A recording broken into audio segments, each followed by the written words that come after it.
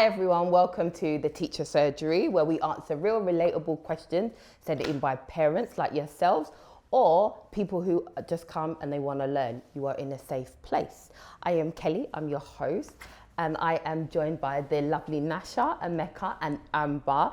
Guys, you know, it would be really good to know, where do you teach? What institutions do you come from? Are you primary, secondary, college, university, nursery?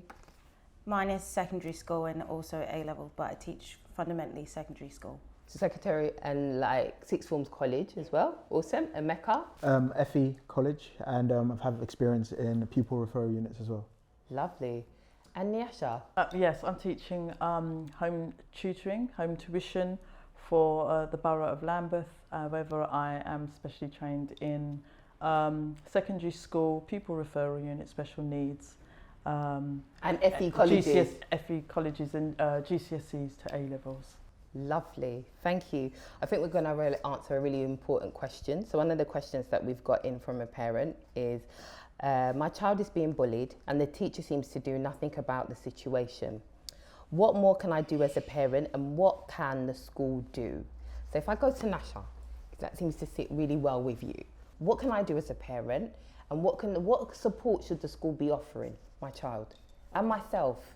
Yeah, I mean, it's quite a long question, but I think one of the first things is a parent needs to firstly believe their child. If their child comes home and says, you know, they're being bullied, take into account, don't just say, you know, oh, stop being silly, or sort of not make it trivial. I think it's important that from that step onwards, you as the parent phone in to the school, maybe speak to the tutor if it's happening in the classroom. If there's a learning mentor or an assistant, you know, teaching assistant who's also maybe witnessed the bullying going on, you can ask, you know, to speak to them. So basically you're asking to speak to everyone who's involved in the class. Sure.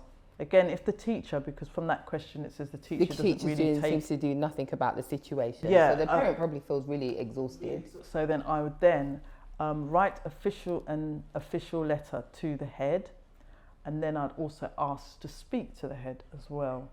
Normally in each school there are safeguarding teams where you can go and, you know, speak to somebody about that, and also some schools even have on-site counsellors or on-site people who deal with these kind of issues. If you're being bullied on the internet, straight away that's another issue entirely, but that, I think parents need to make sure that they're aware of what social media platforms their child is on, and also maybe to limit, you know, to sort of start to tell their kids that, look, you know, don't just have your pages open, maybe you should only add your friends and family, and also you should be able to monitor their social media up until a certain age where you feel they're mature enough to handle it.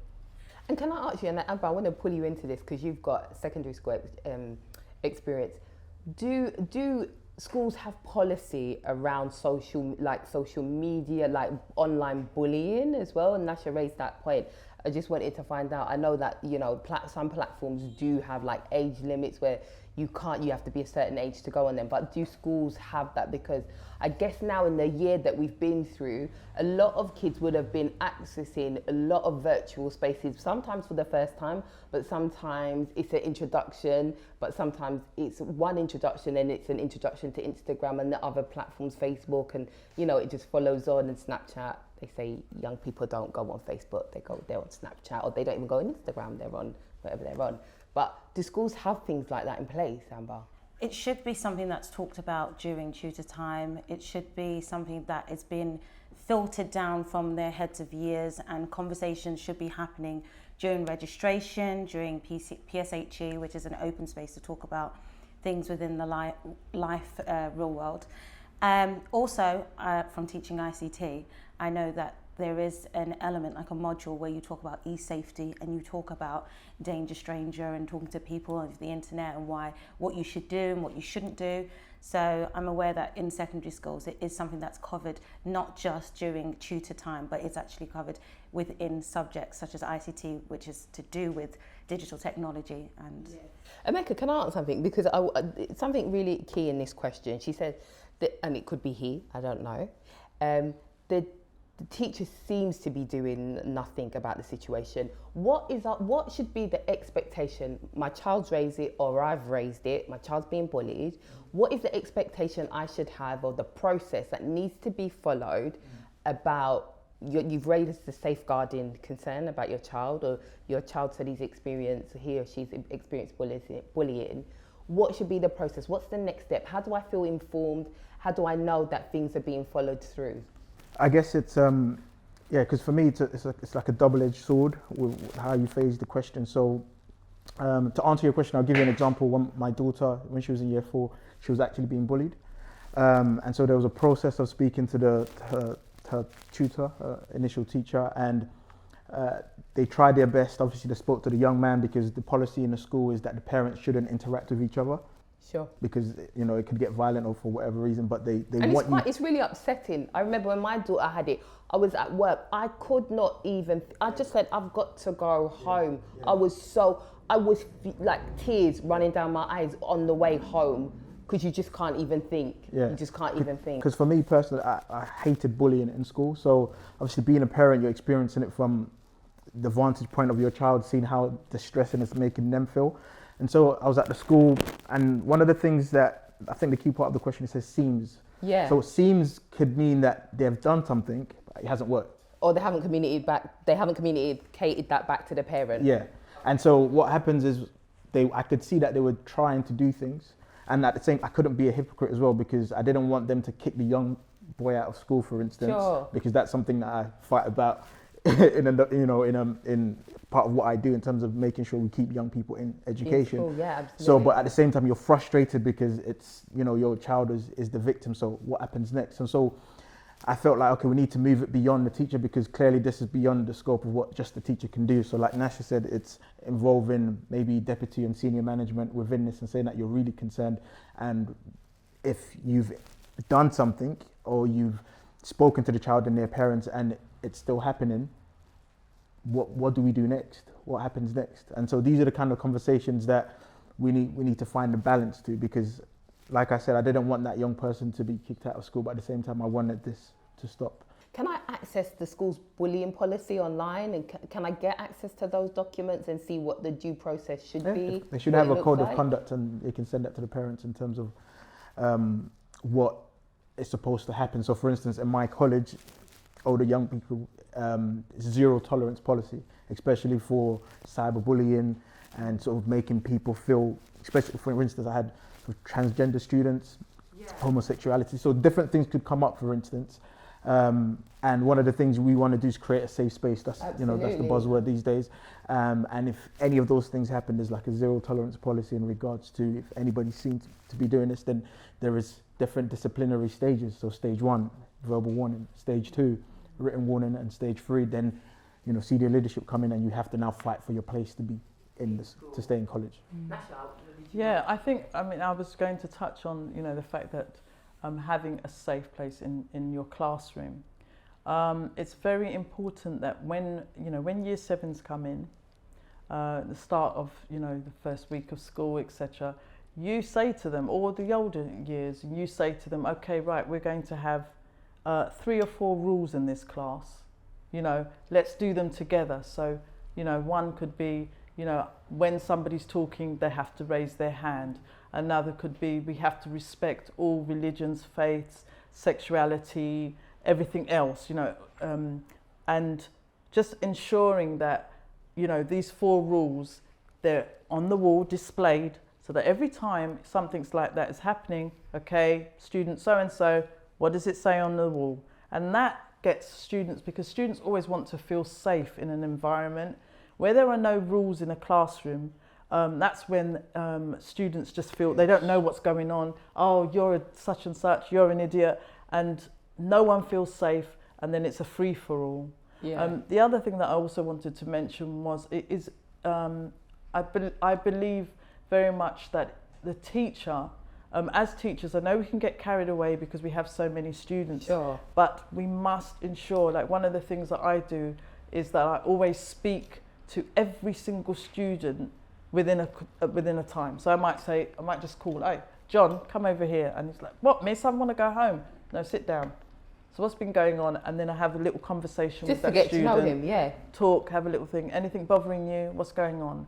And then they go. And then they have that relationship. So there's always a free door as well, so that they can come in and they can just say, oh, miss, guess what happened today during a, playtime. What timeline do you give yourself to do that? What, sorry? What timeline do you say? Because you said you want to speak to every child in a certain time. What time do you say by, like, if it's like, September, a new class, new term? Always. Do you say by October, I definitely want to have 10 minutes with every child that's exactly in my class? Yeah, I mean, sometimes you're not always able to stick to the time frame that you've given. However, you are definitely able to ensure that you have these communications. I think one of the things that, just to round up really, is that sometimes teachers have this, we're different, but actually we're all learning, even though I'm teaching, but I'm learning from you and you're learning from me. And we should create that environment where people feel safe so that they don't feel bullied in the class. And Amber wants to say one more thing. Just want to round it up with repetition. So we say that we need to make sure that we're doing these things as Nyasha when they come in year 7, but when they come in year 10, children forget. So it's repetition. It's about repeating. These are my expectations. This is what I want you to fulfill. And, share it. What do you expect from me as a teacher? Yeah. Getting them to understand that this is a two-way street. Like, everybody's going to model the example that we expect. And then following it up, that reconciliation meeting. Are we having a meeting with the children who are feeling a certain way? Are they having a conversation about their behaviour that they've displayed that's inappropriate? Do they know where they've done wrong? Are they ready to apologise? Are we going to put it behind us? Are we moving forward? Sometimes we punish the child, but we don't check to see that that child knows what they've done wrong. Yeah, and we've actually thought of ways to help them improve or prevent them from repeating it. Sorry, just to round up the roundup. I love a roundup on a roundup on a roundup. We've got a lot of cherries on the cake. But just to follow up on what Amber said, and I think part of that strategy that some schools have taken is restorative justice. So what that means is they bring the victim, the person that's being bullied, and their parents, depending on the age. In the college, obviously the parents won't be there, and then they bring the perpetrator in one room.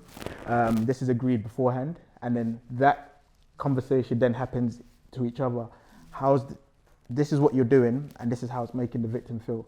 Do you understand that? And then same question goes on that side. Why are you doing it? And then things just start to open up. Maybe stuff is happening at home, and you just became an innocent byproduct of that thing. And so sometimes it works, sometimes it doesn't work. And it's a habit they've learnt from home. Exactly. Yeah. So, but that's a strategy that some schools are using, and maybe it's working, but it's something to think about. Thank you, guys. I think you've given us so much to go away and think about. And I think what we're really trying to do here at the Teacher Surgery is have that space where people feel empowered with knowledge to go into schools and have that conversation, but also a place where teachers can learn. And actually what I really love about this conversation is actually, how do we support the perpetrator and negotiate that situation where both students feel supported to say, actually, there might be something else happening at home, why that young person's behaving in that way as well. And actually, Nyasha, I think the really important thing you said is, if your child raises it, believe your child, because it can be so like, why am I being bullied? And like, why would this be happening? And sometimes we don't even know that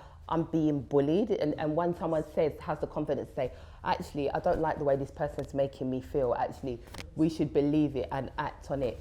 So, before we round up our quiz session today, as always, we have a bonus question. I'm going to give it to you, Nyasha. I'm going to give it to you, girl. I haven't picked one. The lady in colour, I'm going to give it to you. The lady in, go with the orange, because you said, green. Oh, this is another one. So, okay. How often have you seen child neglect? I think we've probably all seen it in different areas of our lifestyle, really, a lot. I think in schools, and this is something that we definitely as teachers sometimes can find it very difficult. One of the things I did at a pupil referral unit, and some of the students would remember, but I used to somehow I had a sink in my classroom. The next to the sink was a cupboard, and some of the students would come in, and obviously a lot of the students hadn't washed, they weren't quite right. So I used to keep mouthwashes, I used to keep deodorants, cream, and then they would just knock at the door. They go, "Miss, just coming in." Say, "Okay, cupboard," and I would know that they're putting cream on their skin, washing their face in the sink. There's towels there, paper towels, and that all the other teachers would say, "Oh, go down to Miss Mapandera, go down to her. She will." She's got but then it became a bit of a nuisance when the teachers started coming in.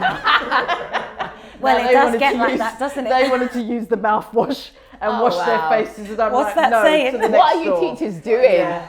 So No time. yeah, so that's pretty much. But I don't know. Amber, do you want to Just to touch on it, it would just be more of children going hungry, really, not having enough to eat at home. So that's what I'd say about that. really They important both to get said breakfast. it. I can't lie. Maybe having a stash, always have a stash somewhere. Children come, have you eaten? Get something out of there, eat it. But always contact your safeguarding team. Yes. Because that's the policy. Yeah, to let them know. Yeah, if there's you've any identified issues, something, any little thing, we let them know. Thank you, guys. Thank you, everyone. I hope that's given you lots of information for you to learn and gain some more knowledge. Watch the episode again. As I always say, if you have a question, you have a comment, leave it below, and your question might even be featured on an episode. So, as always, like, comment, follow, and subscribe. I think it is in that order.